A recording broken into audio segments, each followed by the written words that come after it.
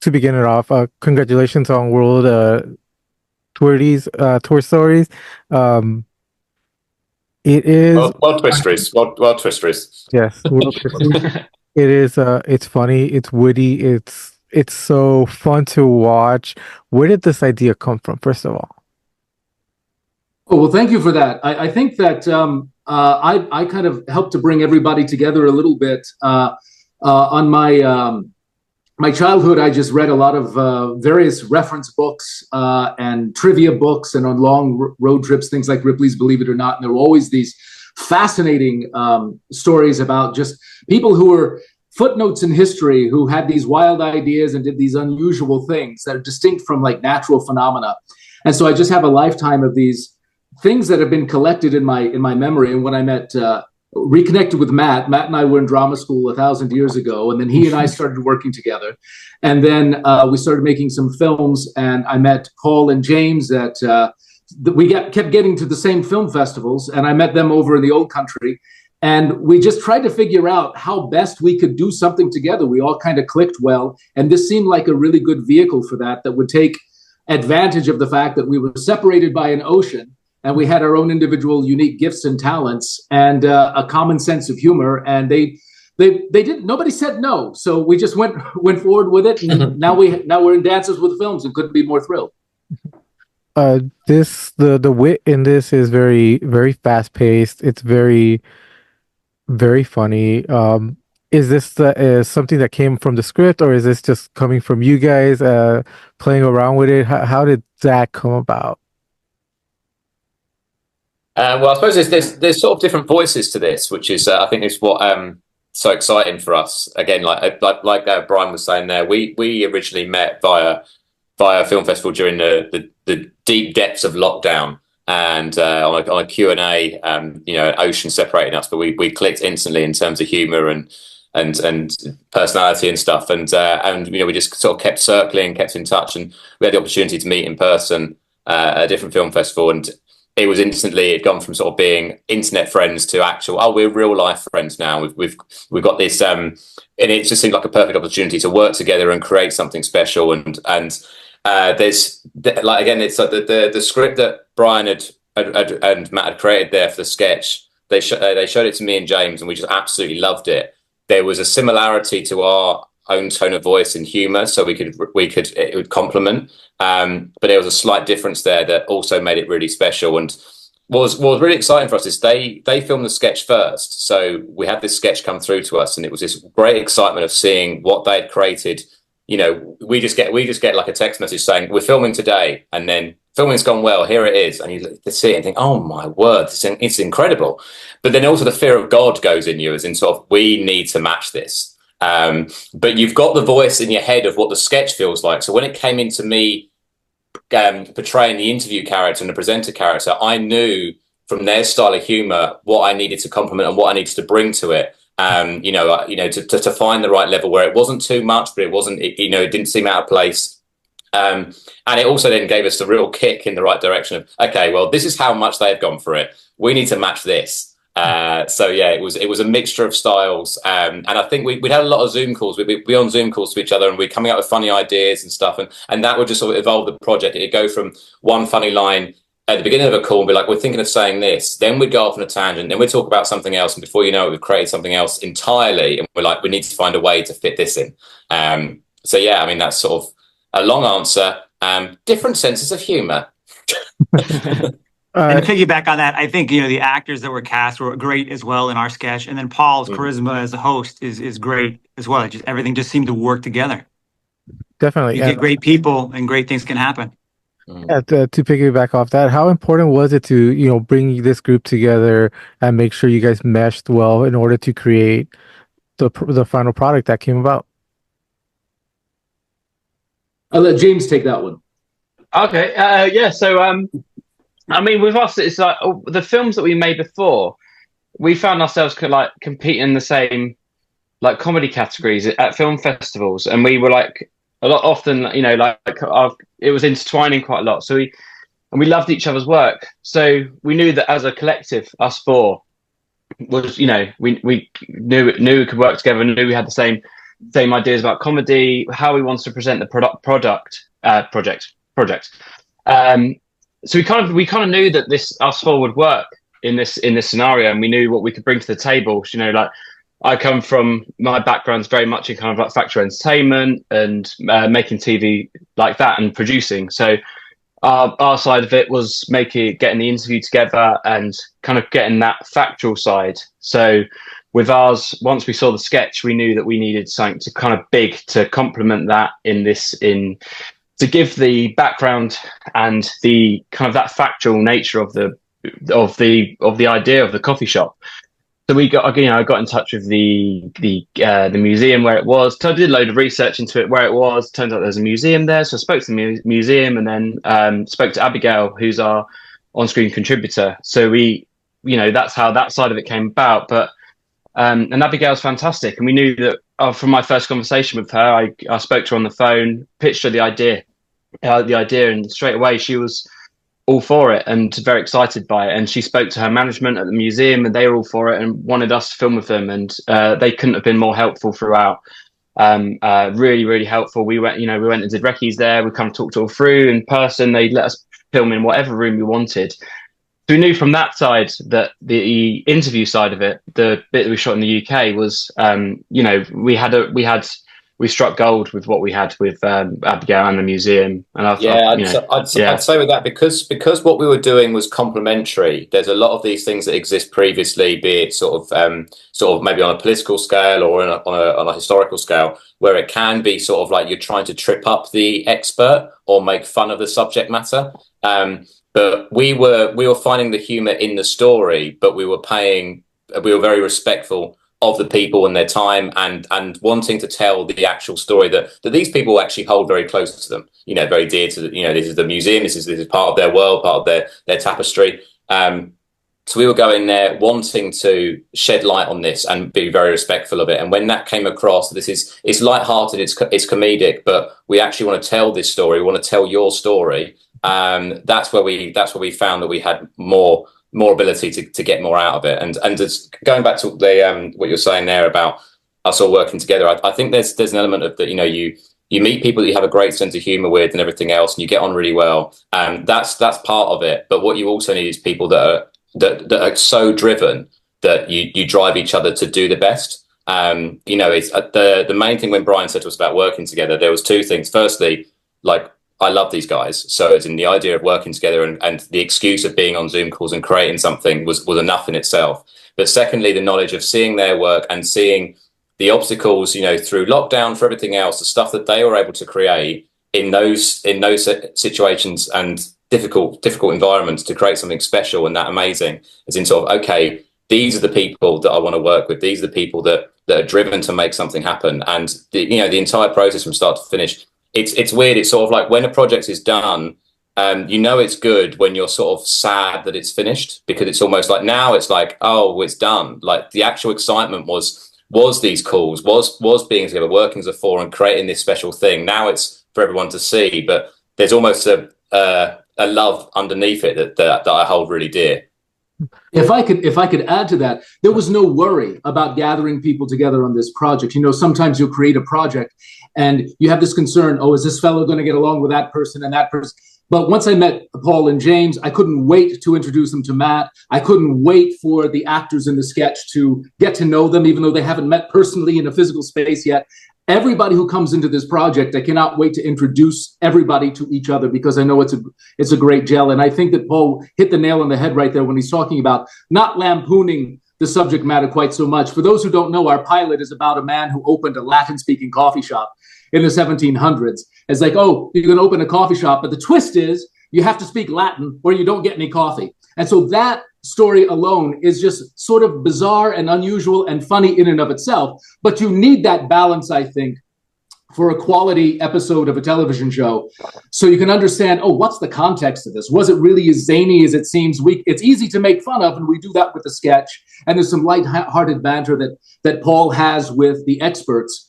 But as long as there's some information that you come away thinking, oh, okay, now I see what he was thinking, I think that's gold. Shout out to James, who actually found the location of the original Absolutely. spot that it was done, which is incredible. That is incredible. That changed the whole thing. That's when it went from being a little bit of a diversionary lark to, oh my God, I think this is something serious that we could really take off with.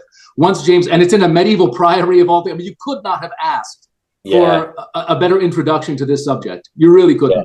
I think that's the interesting challenge we have with this, is that because you're talking about very niche parts of history, and you're not talking about something that happens at sort of like Buckingham Palace. You're talking about some of the most obscure things in history. Firstly, finding the experts, but then with this one in particular, being able to get to the exact location where this niche historical event took place is just incredibly special. It's like, you know, there could have been another show that's like a making of the actual hunt to get these venues and to get this story, and we're finding the story out even more so from these people, and I think that was the really exciting bit, to be able to be in that space.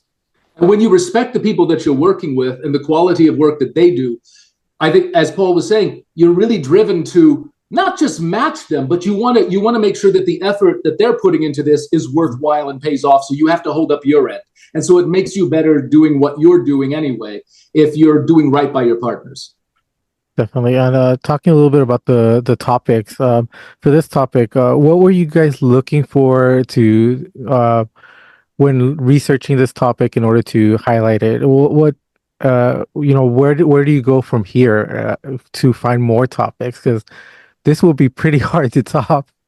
Oh, don't you worry. History's got some very weird things. We're barely. This will seem tame in comparison to some of the other ones now. There's, in fact, at the end of the first episode, we list some that genuinely they're not made up. That wasn't me talking nonsense. They are actual things. You know, actual historical events that we will be going forward with and pushing on with and stuff. So this was the adventure of it, because when I first read about this, there's a great painter named William Hogarth, and if you read about him, there was just a line that said, "Oh, his father opened a Latin-speaking coffee shop," and that was all that was said about him. There was nothing else I could. So, you know, I could do the sketch, and so we have half a show right there, but we need to balance it out. And so the idea is, okay, now we just have to figure out something more about this. So let's find historians, let's find college professors, let's find people who've written books about the history of coffee shops. And James connected with a couple of them. And then he came back, said, hey, guess what, everybody, on our WhatsApp thread, said, I found out where the coffee shop was. And I thought, oh, heavenly Lord, this is become a completely different animal now. And so I think James can speak more to the research about that, because he was more involved in that. But it kind of, from my end of things, it started to fall into place because every update from James had more information and more areas where we could go and explore. I think that's what's really great with it. Sorry, James, I was to say what's really great with this was that thing of where it's like, if you were doing a sketch on a very well known historical event, you wouldn't need context because everyone knows the story, and you can you can find the funny in it and stuff like this. But when obviously you've got something as obscure as the father of a painter opens a Latin speaking coffee shop, you almost need like context is everything for comedy. So you need the context of what happened here, why did this happen, and that's why we feel this show works so well, is because it is that element of that you can have the most obscure, funny events, make fun of them even more so than, you know, but then it's that thing of if you don't tell people it's real, it will just seem like, you know, again, if you just show them a sketch about a Latin speaking coffee shop, it will be like, okay, what do you mean? But the minute you start saying this actually happened, this was a real thing, someone had this idea, and this is what happened with that situation, then you cut back into the sketch, and then you've got you like, as Brian was saying earlier, that's when you start hitting gold. Sorry, James, carry on. I know, to say, like, the research side was really interesting, because I was just reading lots of like online articles about it. Like there's not loads, there's a couple, and like, you know, there'll be a book. I bought a whole book, and there was one paragraph about it, and then I spoke to that historian, and then, like, you know, he was able to kind of eloquate on it a bit, but no, like, you know, not in great detail. And there was then like smaller articles which spoke about William Hogarth, and there's again like just a little sentence about his father. It's kind of like just trying to break it down, and then who wrote that article, who might know, and then it led on to finding the museum and like finding where that was. And then I saw that, you know, it's in the Museum of it's now called the Museum of the Order of St. John. So that's where it was, where the St. John ambulance has been based for hundreds and hundreds of years. So found there's a museum there all about it. I rang the museum. They had a very small part of it about the coffee shop on their website, and that's when I rang them up. Spoke to Abigail on the phone. The reception passed me on to their historian to kind of like shed a bit more light on it. And then myself and one of my friends went to do recce of the location to meet Abigail, talk through the project in person, because we thought it was important to not just do it over the phone and email, just actually go meet him face to face, see the location, talking through the idea. Because, we kind of, it's not her, she works in the museum, she does the historian, so it's not really kind of, bread and butter to be interviewed on camera and kind of that whole world. So we wanted to kind of put her at ease with the whole project and show that we were serious and we were, serious about what we're doing. And she was able to relay some really incredible research and information about it all. Like the fact that not only, at the time, coffee shops were, called penny universities, and everyone was going there not to just have a drink, but to learn and converse with people who were on a similar level to you and stuff like that. But then also, so this one was, aimed to teach people Latin, but it failed catastrophically. and not only, it went terribly badly. He ended up in prison. Took his son with him. Because at the time, the whole family went to prison, in debtor's prison. So William Hogarth spent his first few years in prison. But then also, she was able to relay the fact that on that site, there was a coffee shop that opened up straight after, and it went for years, and it was very successful. So it showed that his niche was very bad. Yeah. So that's the really good thing about the research. And the difference was that coffee shop didn't speak Latin. That was yeah. But again, that's the thing. We that, like as James was saying there, it was like it was getting loads of clues. No one place when you're going into history in this niche, no one book will have a complete load on it. What you'll have is one historian will have one sentence, one will have another, and it's piecing it together and find that even this location, this museum that was on the foundations of where this took place, even they only had a small bit. So it was piecing all these pieces together to create the world, create the story, and learn along the way. Like, I think most people would probably just think of coffee shops and think of Starbucks, thinking that Starbucks invented coffee shops since of the 60s and 70s. The reality is coffee shops been around since the 1600s. And, back then there was that many coffee shops. They all had to have niches and USPs like they do now. Like, restaurants and stuff can be themed, be it, like sort of like faux Mexican or whatever else, street food, whatever else like that. Coffee shops back then in the 1700s were doing the exact same. There was another example of a coffee shop not that far away down the road that was on a disused boat, and the whole coffee shop was boat themed. I mean, that's the most sort of like modern day thing you've ever heard. So, a real sort of like, again, there's cafe shops in Shoreditch in London now that only serve cereal. And it's sort of one we've seen as very sort of hipster and kooky, that they only serve cereal and all this sort of stuff. That's been going on since 1700s, like niche USPs. And that's something that, that we discovered doing this. And that's what's really interesting, is finding these new worlds. And, hopefully when people listen to this, they'll be as interested as we were to discover these little elements of history.